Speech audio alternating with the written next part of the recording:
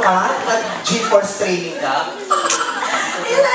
Wait, kasi talaga kabisado ko. Umayos ka! Ay! Ako yung kamay! Kulo ka, kasi sa nipis pag ulit ko kami yung braso. Ay, sorry, Alex. Barbie.